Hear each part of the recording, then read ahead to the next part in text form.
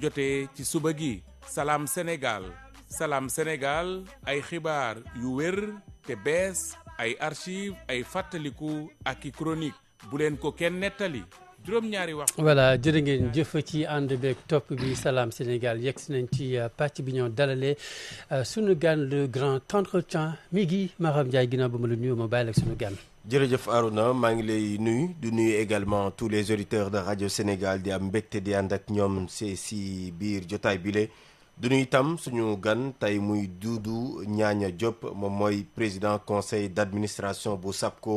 SAPCO di ab société bi nga xam ne rek dafa yëngatu lépp lu soxal wàllu tourisme fii si biir Sénégal tey ñu am mbégte di ànd ak yow si jotaay bi Salam Sénégal si RTS dalal jàmm. waaw salaamaaleykum waa RTS maa ngi leen di nuyu et di leen jaajëfal aussi ci invitation bi ngeen mu defal tey. alors waxtaan bi tey li ñuy waxtaanee moom moo jëm si wàllu tourisme la ko waral mooy ay bés yi nga xam ne moom moo nekk suñu kanam di samedi moom mooy bëccëg bi nga xam ne rek moom la ñu jagleel wàllu yi te itam gis nañ ni si ndaje yi ñu génn conseil des ministres sax daanaka bu mujj. président de la république am na moom la dooree li nga xam ne rek moom moo di waxtaanam jàpp ni am na liggéey bi nga xam ne dañ ko si war a def tey suñ doon def benn état des lieux d'abord tourisme au Sénégal ban jàngat nga am si tourisme jamono ji fii si biir réew mi. waaw jàngat bu ma ci am bon dañuy commencer par exemple bu ñu commencer dalal tourisme ci suñu réew mi du temps de mën naa wax ni du président Abdou Diouf. bu ñuy installé station de Saly. Bon c'est vers les années 1975 70 à 75 avec les ajustements structurels. Bon alors donc il fallait que ñu lancer l'économie touristique pour que Sénégal mën a am ay yeneen yoon yoo xam ne nii dina ci soxla économie bi. En dehors muy culture arachide donc ci lañ ko commencé ñu def appel donc ay investisseurs pour ñu ñëw investir ci suñu dëkk bi la plupart nag majeure partie bi dañuy wax ni presque 90% ay firme français la woon à l'époque bon donc ci la tourisme bi commencé muy dem ba jamono di ñu nekk depuis nag ba léegi dafa nekk loo xam ni des fois mu jóg des fois mu sooxe. Bon alors lu ko waral nag mooy parce que niñ ko taxawlee dañ ko organiser wul dañ ko jëmalewul woon aussi ci loo xam ni askan wi dañ ci waroon impliqué wu man ci gagné man ci aussi teg seen bët loo xam ne nii dinañ ko mën a surveiller nañ ko mën a contrôler surtout nag gouvernement yi nga xam ni dañu passé yëpp def naa ni teguñu woon tourisme loo xam ni dafa nekk moteur de croissance lu ñuy wax pour mu développer Sénégal comme yeneen dëkk yi comme Maroc comme dëkku africain yi ñu wër yëpp ñoom seen tourisme dañ ko pousse mu dem mais ñun bon toujours day jóg di daanu ba léegi ba heure bi. alors day jóg di daanu ba heure bi tax na ba njiiti réew mi tam jàpp ni suñuy wax wàllu liggéey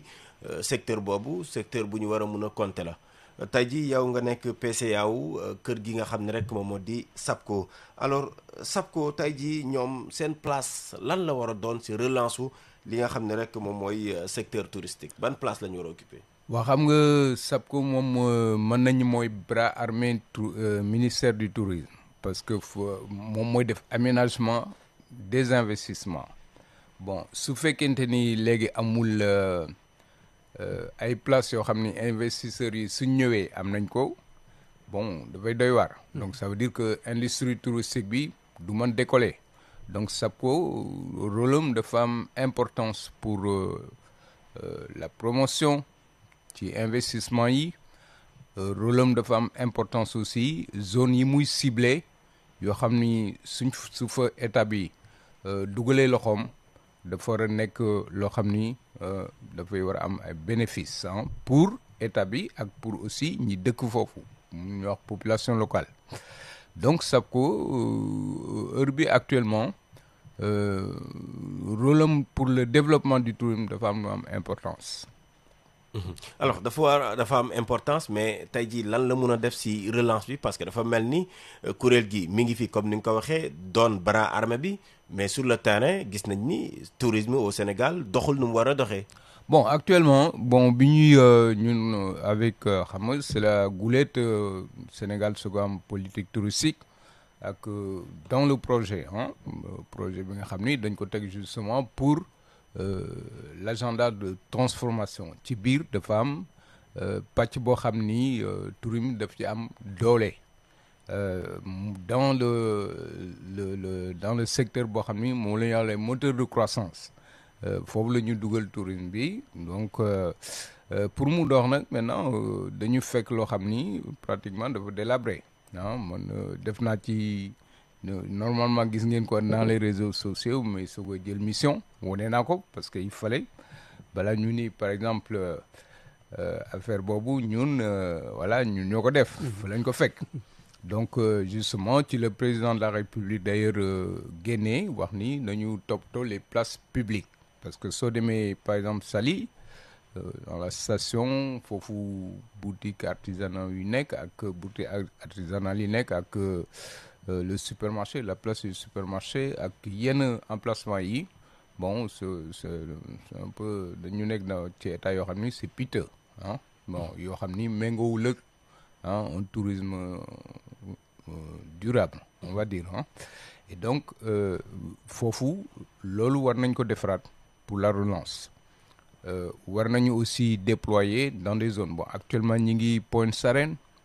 bon construction am na hôtel déjà yu pare am na ay construction yoo xam ni aussi ñi ngi nekk en finition Mbodiène moo ci topp Mbodiène ñi ngi ci état terrassement et planification pour mën a xëcc mën a attirer ay investisseurs bon léegi aussi man dama daan joxe conseil aussi ni lu ñuy wax capacité de charge c'est-à-dire bon expliquer un peu en wolof capacité de charge mooy ban moment ngay tollu pour di investir par exemple benn localité ban moment ngay tollu pour commencer changer habitude nit ñi seen tradition d'automaîtriser sécurité bi paupérisation bi aussi tous les villageois autour di ñëw doo leen maîtriser bon ñun dañ ko dépassé bu yàgg au Sénégal il y a un moment donné dañ ko waroon arrêter pour maintenant dem feneen li waral Saly yëpp loolu moo ko ni lu ci bari bon moo tax président de la République aussi nii nañu dem investir ci yeneen zone parce que soo génnee Saly xam nga man damay wax rek ni par exemple Sénégal ñun suñu tourisme dooragul sax parce que soo gisee globalité territoire bi yëpp ñu jël benn coin rek benn lopin de terre on va dire def foofu yëpp énergie investissement yi tout le reste du Sénégal bon dañu wax ne à peu près Saly c'est 2% du territoire du Sénégal bon tout le reste kenn def fa dara donc maintenant il faut déployer ñu jox la chance aussi à d'autres localités ñoom tam ñu mën a bénéficier woo ci secteur boobu parce que secteur la boo xam ni soo xoolee africain comme mu wax sànq ñu bari dañu développer seen pays ci secteur tourisme lañ ko jaarale. alors si secteur bi lañ ko jaarale ba tey ma des ci SAPCO parce que le président de la République dafa wax redynamisation fu mu tuddee redynamisation ça veut dire que ni peut-être la ñu waroon def tey ji defuñu ko mu dem sax ba ci wet gi itam mu ni secteur boobule muy tourisme muy artisanat nañ ci jéem a def benn état généraux nu mu gën a gaawee tey ndaje boobu nga xam ni bëgg nañu def ko yow lan moo say attente particulière en tant que PCA bu kuréel gii di SAPCO. mais man damay applaudir parce que bon man def naa ni gars yi xam nañ ma ci milieu bi et puis parce que yàgg naa ko réclamer bon ànd naa ak feu Ousmane Masseck Ndiaye maa ngi répété waat encore dem Maroc les assises de 2005 Maroc déployer seen stratégie développement et puis l'implication des Marocains l'implication des grandes structures ak petites structures yëpp Maroc aujourd'hui 20 ans après bon gis nañ fu ñu toll bon moi depuis 20 ans aussi maa ngi réclamé les assises du tourisme bon assises du tourisme réunir les états généraux tout ça dafa war a jot parce que mënoo yore benn secteur boo xam ni dañ ni bon à l'époque moom mooy deuxième mamelle de l'économie n'est-ce pas et deuxième mamelle de l'économie boo xam ni mënul am déjà un bon conseil interministériel ou même délocalisé ou la réunion comme ni ko président de la République waxee réunion des états généraux l'implication de tout le monde mettre une stratégie globale du secteur comme dañ ko considérer comme moteur de croissance déployer la décentralisation de ce secteur-là impliquer tout le monde et maintenant voir la traçabilité qu'est-ce que on peut améliorer qu'est-ce qu'on peut corriger lan la ñu mën a corriger lan la ñu mën a jubbanti la ñuy wax ah et puis lan la ñu mën a def dans l'immédiat loo xam ne nii mën na sauver secteur bi ça c'est important parce que secteur la boo xam ni faut moom daf li muy absorbé ci employé bon xam nga ku nekk xam ni hôtel restaurant club de vacances soo jëlee le nombre de Sénégalais yi liggéey foofu mais c'est quand même man def naa ni moom mooy première industrie pourvoyeur d'emploi au Sénégal donc dafa nekk lu am solo ci dëkk bi surtout en ce moment. voilà muy lu am solo monsieur Doudou Niagne Diop waaye tey jii tourisme interne bi ban wàll la ci am ci li nga xam te mooy redressement secteur bi nga xam te peut-être kilifa ñu ngi koy woote. waaw xam nga tourisme interne man aussi dama mos a wax rek toujours ce n'est un pays bala muy nekk un pays touristique day commencer d'abord par askanam nan lay organiser ba askanam di mën a def tourisme di mën a déployer parce que dëkku touristes yëpp dañu am ay formules yu ñu teg ba nga xam ni seen tourisme day dox par exemple le tourisme social le tourisme social nag koo ko wax danaan way mais par exemple nan la mën nekkee quoi est-ce que da ngay may ay néegu hôtel ak non c'est pas ça voilà. Bon tourisme social mooy par exemple ñu jël benn commune tiens man par exemple ma ville Thiès soo jëlee commune bi la mairie de Thiès peut aussi mën na participer dans le développement du tourisme en faisant quoi par exemple hôtel bi day jël un tiers pour les colonies de vacances par exemple day jël un tiers commune bi jël un tiers parent bi jël un tiers su dee 10 francs la ñuy fay ku nekk fay 3 francs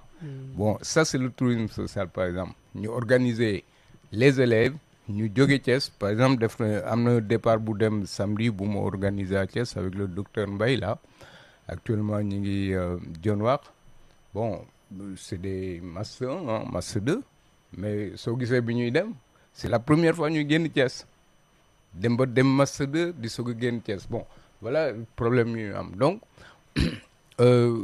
tourisme intérieur aussi c'est dafa nekk loo xam ni dañ ko daan def bu yàgg mooy le tourisme religieux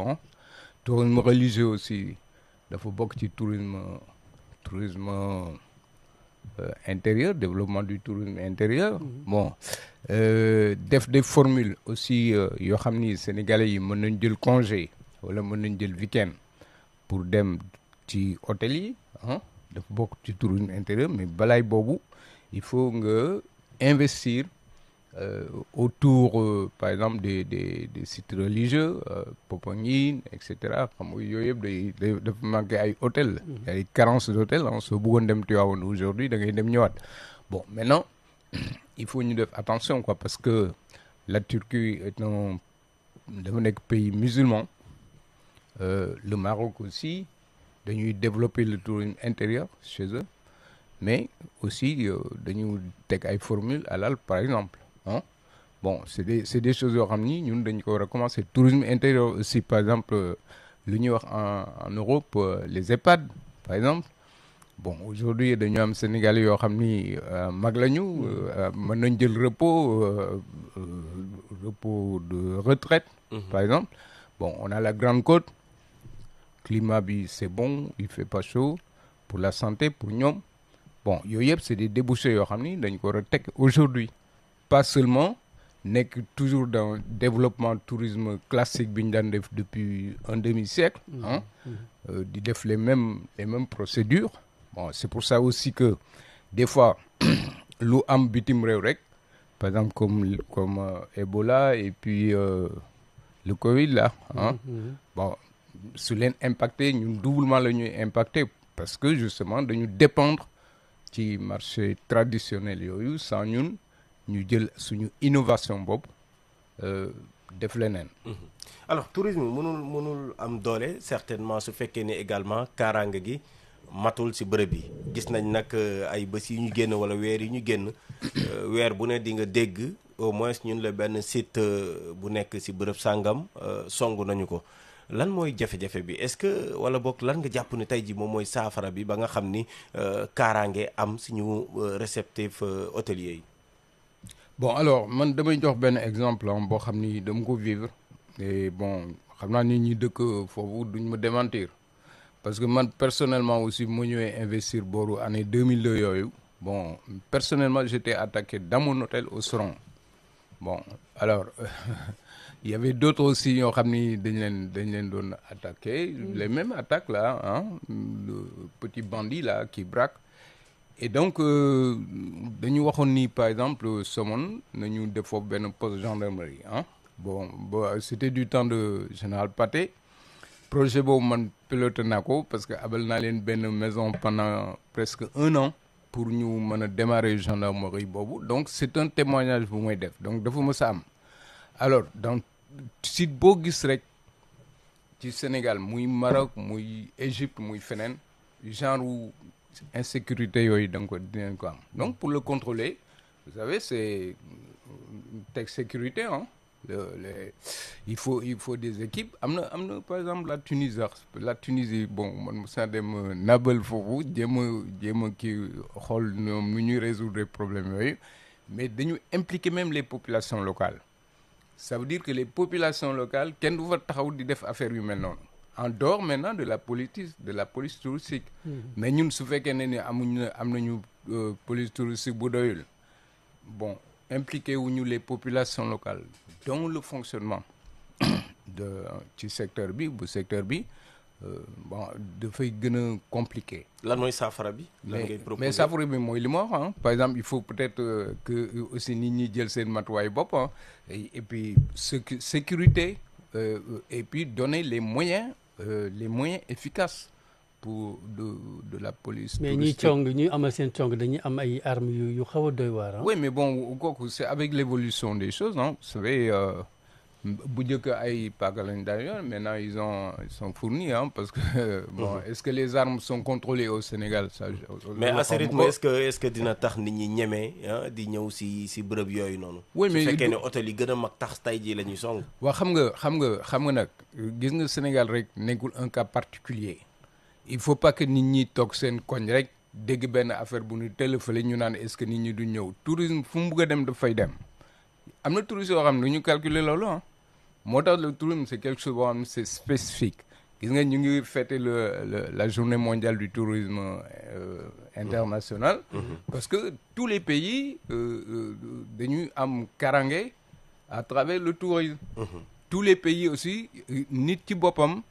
moom moo soxla loolu pour dund c'est-à-dire déplacer dem découvrir dem gis dara xam dara jënd dara et cetera kooku kenn mënu ko limiter nit parce que nit ñi nga xam ni dañuy dégg ni par exemple bon braqué nañu benn hôtel à Saly ñoom fa ñuy jógee bon je vais dire Québec par exemple wala fa ñuy jógee mais la fa am moo raw li nekk fii donc nañu bàyyi extrapolation bi wala politisation bi attaqué nañu benn hôtel ñun nañu def bi ñu war a def ba nga xam ni mu bañ a am souvent mais pour mu ñàkk il faut dire la vérité loolu je pense pas parce que mooy li ma wax sànq dañu indi nit ñëpp jóge ci village yi ñëw pour jaay seen doole pour dundal seen famille kenn impliqué wu leen tenez par exemple bu njëkk artisanat yi n'est-ce pas artisanat yi dañ daan liggéey mais léegi dañuy jël artisanat bi dugal ko ci biir hôtel bi ba nga xam ni touriste bi su ñëwee sax du génn pour jënd dara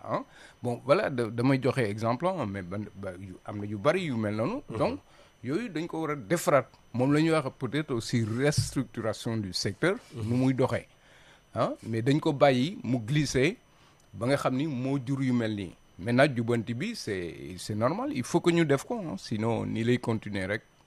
Alors dans ces directives également en conseil des ministres le président de la république wax na ci relance crédit hôtelier mais également li nga xam ni moom mooy conseil national du tourisme yu ni mel tey jii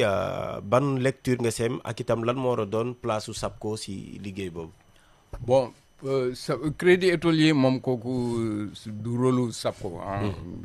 c'est la tutelle bon maintenant defe naa ni crédit hôtelier bon man ñi ko jëkkoon réclamer ci la bokk avec du temps du président Wade dem na assemblée défendre ko foofu avec un dossier avec appuyé par le député Dip Diom de Mbour n'est-ce pas et donc génne nañ ko mais le crédit hôtelier dans le DRSP dañ ko defoon pour seulement ñu soqali les petites structures de 1 à 50 chambres par exemple parce que ñoom temps yii dañu ndóoloon de trop bon pour que au moins yëkkati seen niveau mën a dem dans les salons et cetera pour réfectionner seen hôtel loolu taxul ñu def ko mais finalement ça a été accaparé par ñi nga xam ni les grandes structures et même des multinationales bon waxoon naa ci époque yooyu mais après dama toog jàpp sama njàmbur mais c'était pas fait pour ni ñu ko defoon maintenant suñ koy defar aussi aujourd'hui suñ koy relancer bon d'abord ñu rénover les structures existantes parce que xam nga nit ñi lu ñu comprendre wul soo ñëwee par exemple allez dañuy wax benn groupe touriste ñëw ci benn hôtel bu mag bu rafet Dakar wala Saly ba pare bëgg a dem ci biir dëkk bi pour visiter dina passer une journée ou même 2 jours on va dire mais foofu il faut mu nelaw ci benn petite structure il faut mu lekk foofu mais foofu su baaxul séjour am waa ji baaxul même que ñëw na foo xam ni toog na fa 2 semaines baax na benn jour ñaari jour ñu yóbbu ko ci hôtel yu mel noonu dootul ñëwaat Sénégal loolu il faut ñu sóoraale ko parce que sooy développer da ngay développer dans la globalité mais mënoo jël rek ñi nga xam ni bon dañu am ay milliards ñëw ñu jox leen un lopin de terre ñu investir mais ñun suñu tourisme local intégré kenn toppatoo ko parce que noonu la demee même pour dem foofu les rues sont chaotiques loolu aussi waxoon naa ci ay époque mais je pense que yooyu war nañ ci jublu waaye alors tey sànq jël ngay exemple yenn réew yi que ce soit muy Maroc wala muy Turquie tey yéen a ngi ci secteur boo nga xam ni le président de la République daf see am yaakaar ngir xëyu ndaw ñi yow itam ñu gis ni sa jaar-jaar yàgg nga ci bile secteur su amoon ay solutions yi nga xam ne jàpp nga ni tey dina gën a tax suñu tourisme ñu koy tudd ci àdduna wërngël képp yan piste de solution tey nga ñuy jox. Ben piste de solution yi c'est d'abord comme lu ma wax rek il faut ñu rénover déjà l'existant li am ba pare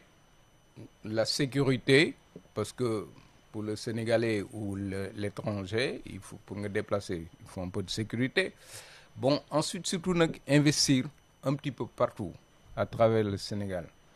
xam nga chaque lopin de terre rek mën nga fa def hôtel wala campement wala quelque chose on n'est pas obligé dem booru géej bon et donc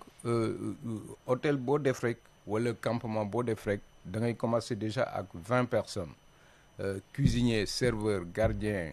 le nettoyage et cetera tout 20 jeunes tout de suite mën nañu liggéey parce que hôtel moom dañuy wax ay jeunes bon et donc dañu am aussi man su ma doon def dara léegi tout de suite damay déployer dans la Grande Côte par exemple dañu am foofu déjà benn dynamique économique parce que Grande Côte bi Kayar Mboro Noto yooyu ñoom ñooy approvisionné ba Mali ba Gambie le maraîchage n'est-ce pas soo demee jeunes yaa ngi liggéey donc agrotourisme mën nañ ko def foofu mën nañ fa investir aussi le tourisme EHPAD bu mu wax léegi bon par exemple aussi même le tourisme de luxe bon ñun ñu ngi traiter bientôt cette question-là mais le tourisme de luxe parce que aujourd'hui bon suñu nekkee un pays gaz et pétrole n'est-ce pas ben il faut bien des infrastructures yoo xam ni ça c'est adapté par rapport à clientèle boobu ah xam nga ñoom par exemple du ñu ñëw suñu buggee ñëw gars yooyu nag en général duñ fanaan fenn dañu ñëw ak seen avion bopp xool li ñuy xool def li ñuy def ñibbi mais suñu naree fanaan xanaa kay doo leen jëlee fële la Saint-Louis wala Kayar di leen fanaan loo Saly non ñoom duñ def loolu donc il faut ay infrastructures de proximité avec fu ñu mën a atterrir fu ñu mën a noppaloo parce que c'est des gens yoo xam ne dañuy vivre en permanence avec le stress ñoom ñuy gën a sax stressé donc il faut ñu defal leen aussi des infrastructures d'accueil dignes de ce nom parce que c'est notre pays aujourd'hui qui le demande. On est un pays qui passe en niveau supérieur en tout et donc il faut aussi préparer l'accueil en tout. Alors Arona, notre invité c'est Doudou Niagne Diop, il est le PCA donc de la SAPCO. Ce matin nous parlons tourisme, comme vous le savez, le samedi le monde va célébrer ce secteur, un secteur également qui occupe une place importante dans l'agenda proposé par le président de la République, son Excellence Bassirou Diomaye Diakhar Faye. D'ailleurs, lors de la dernière réunion du Conseil des ministres, il a parlé d'états généraux, parmi les secteurs visés, le secteur touristique. Alors, quelles sont vos attentes particulières concernant cette grande rencontre annoncée par le président? La rencontre, bon, vous avez parlé d'états généraux, vous avez parlé de journée mondiale. Bon, non, oui, cette fois-ci, en fait, concernant les états généraux. Les états généraux, bon, l'attente est donc l'implication de tout le monde, bon, damay commencer avec par rapport en français cette fois-ci. Il faut nous mélanger avec tout. Cette fois-ci en français. C'est en français. C'est en français. Voilà, d'accord. voilà. Voilà, donc ok, bon, moi je dis par exemple que le tourisme, alors, ça doit commencer dans les carrefours de nos villages. Remonter. Carrefour du village, le village, la ville, le pays et l'étranger. Mais pas l'effet inverse. On ne commence pas par l'étranger. Planifier le planifier à l'étranger, au village. Ça ne marche pas. Parce que c'est comme ça on fait. Et donc, les états généraux Suncodef, il faut impliquer aussi l'environnement de nos traditions, de nos valeurs. Il faut que les représentants de nos cultures dans les localités, on va dire, décentralisées, les collectivités locales, mais doivent être impliqués les premiers parce que c'est eux qui accueillent. C'est pas le ministère, c'est pas l'hôtel qui est à Saly ou à Dakar. Les visités, ce qu'on appelle les visités, ce sont justement la population locale. Bon, ensuite maintenant, on va impliquer les acteurs. Les acteurs. Vous venez à Thiès, vous voulez parler d'artisanat sans vous déplacer voir le village artisanal. Il y a un problème. Bon, vous voulez par exemple parler de la culture. Vous allez à Hambourg et vous ne rencontrez pas la culture lébou et la culture mandingue, par exemple. Il y a un problème. Les gens ne vous écouteront pas. Et donc, moi, je pense que ces rencontres des États généraux, d'abord, doivent être calées dans ça. Ensuite, maintenant, reste aux professionnels et à la tutelle de faire des plans stratégiques maintenant pour le développement. C'est-à-dire à court, moyen et long terme, mais puisque ça va être calé dans l'agenda en 2050, bon, en court, moyen et long terme, qu'est-ce qu'on va réaliser au Sénégal? Les objectifs qu'on doit atteindre. En ce moment-là, il faut le décliner et donner des missions précises. Alors, c'est possible, à votre avis, de repositionner le Sénégal comme une destination touristique compétitive en Afrique et dans le monde? C'est possible? Mais écoutez, déjà, le Sénégal est une destination. Il faut maintenant, si les gens ont un complexe pour ne pas le reconnaître, moi, je reconnais que c'est une destination. Pourquoi? Parce qu'on est là depuis les années 70. Les mêmes hôtels sont là. Il n'y en a pas qui sont en faillite. Ça change de propriétaire et de méthode pour dissimuler, mais ils sont toujours présents. Donc, ça veut dire que ça marche. Donc, si ça marche, peut-être il faut maintenant voir comment les aider pour les remettre à niveau. Renforcement de capacité aussi, le capital humain, là, parce que ça vieillit aussi. Bon, d'ailleurs, moi, c'est dans ce cadre-là même que j'étais un peu écœuré et je me suis forcé à mettre une école en place pour former les jeunes qui arrivent, parce qu'autour de notre aéroport demain, il y aura des hôtels, qu'on le veuille ou pas. Mais avec quoi on va importer encore des jeunes pour travailler? Non, il y a nos jeunes, il faut les former. Et donc, il faut vraiment qu'on objecte dans le but de recherche de résultats. Impliquer aussi, je pense, le contenu local, là. Hein? Parce que comment voulez-vous 80% ou 90% de notre secteur, les investisseurs, ce sont des étrangers qui rapatrient leurs gains. Non, il faut que le gain, qu'on ait le courage aussi de prendre le courage à deux mains, que le contenu local investit dans le secteur pour créer de la valeur ajoutée qui reste ici. Et surtout maintenant, cette valeur ajoutée aujourd'hui qui se crée à l'étranger, par quelle formule, on va dire, comment on peut faire pour récupérer, pas tout, mais au moins une partie, pour avoir les moyens de notre politique. Parce que c'est de ça il s'agit. Hein. J'ai fait une petite étude au Maroc, là, j'ai vu comment ils récupèrent leur TVA. Il y a une astuce parce que c'est créé là-bas, les Théo le créent là-bas. Cette filière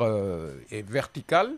Nous, on est en bas, au bout de la verticalité en bas, on ne récupère rien. Donc, il faut vraiment être astucieux pour pouvoir avoir sa part. Et la journée mondiale maintenant, bon, je pense que ça va aussi servir peut-être à discuter de ça. En tout cas, moi, tous les ans, je manifeste depuis que je suis là. L'année dernière, on était à Thiénaba justement visiter les résidences que Thiénaba a fait pour accueillir leurs pèlerins. C'est très bien, c'est à duplier ailleurs. Et cette année, bon, il y a les étudiants de Kaolack, de Saint-Louis, de Ziguinchor, de Dakar et de Mbour en tourisme. On va se rencontrer à Thiès. Bon, je suis l'invité d'honneur, je vais y aller. Et donc, parce que c'est chez moi, donc il faut que... voilà. Et donc, on va parler justement du tourisme de luxe. Justement, qu'est-ce que ça nous apporte? Gérer d'une certaine manière, qu'est-ce que ça nous apporte? Est-ce que ça va nous enrichir ou nous appauvrir? Bon, par exemple, voilà, ce sera le thème, parce qu'eux, ils ont besoin de ça. Pour quoi? Pour quand ils vont passer, quand ils vont faire leur thèse ou quelque chose comme ça, ils ont besoin d'informations, de paramètres qui leur permettent de pouvoir discuter de leur future thèse ou quelque chose comme ça. Et donc, je trouve ça très intéressant. C'est un plus. En fait, ce sont ces actions-là qui sont productives pour le développement du tourisme demain. Parce que si vous avez un master en tourisme qui ne savent pas ce que c'est que le tourisme de luxe, c'est pas bon. Il faut donc... Bon, ça paraît être simple. Quand on dit ça, bon, on va faire ça. Les gens prennent ça à la légère, mais c'est très important pour le jeune qui va préparer son